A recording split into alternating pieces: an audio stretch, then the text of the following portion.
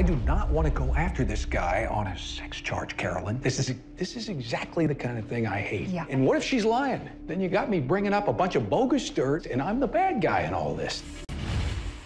Is that a draw for you to be able to do things you can't do in feature films? Yeah, absolutely. I mean, nobody does these movies better than HBO. And they gave us really great guidance as we moved through every phase of it, because they have a lot of experience there.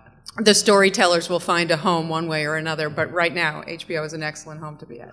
Wildly different than some of your indie films, a different kind of thing, something that everybody that was alive certainly remembers this story. It's different, but I think for me, I was attracted to the story. I was attracted to the politics, the issues of race and gender that all converged in this one moment. And it was sort of the first time I remember a sort of national conversation that was sparked by our policy or the way we run our government, and everyone was watching it.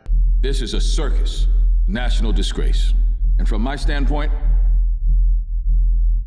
it's a high-tech lynching. For me, also character-wise, both of these people, Anita Hill and Clarence Thomas, weren't quite what you would expect of people, of black men or black women at the time, or when these allegations came up. And there was something about that, too, that was really interesting. The film doesn't seem to be taking sides. This was heavily researched, right? It was very heavily researched and thoroughly vetted, and I stand behind every bit of it. You know, nobody in a position of power is at all invested in writing this into our national history, but it's really important, but it's completely forgotten. When the hearings came along, this was one of the first times that my parents weren't on the same page. You know, I watched my dad be very compassionately pulled in the direction toward Clarence Thomas while he watched this successful African-American man have his reputation and his career stripped from him by a panel of older white men.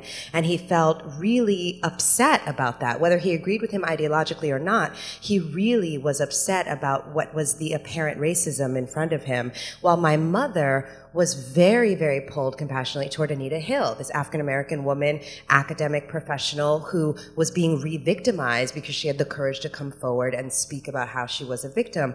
And so for me, it was one of the first moments that I really understood my intersectionality as a person of color and as a woman. That's why when you watch the film, you feel like, oh, I don't know what the perspective here is, because we all felt like the more research we did, the more complicated it got. And the film was less about a he said, she said story, and more about this machine of politics and how it was chewing everybody up. How this story was covered by the journalists involved was just as important, and how that then affected how the senators on the committee responded to Anita Hill, responded to Clarence Thomas. First time I can remember that sort of the 24-hour, the emergence of that 24-hour news cycle that was constantly churning, you know, and needing information. And so this was like the first salvo into that, and obviously there were others that followed afterwards, OJ and Lewinsky, that sort of became these televised events that centered around politics and our justice system. But this was the first one of in the 90s of that era that sort of created what we live in today.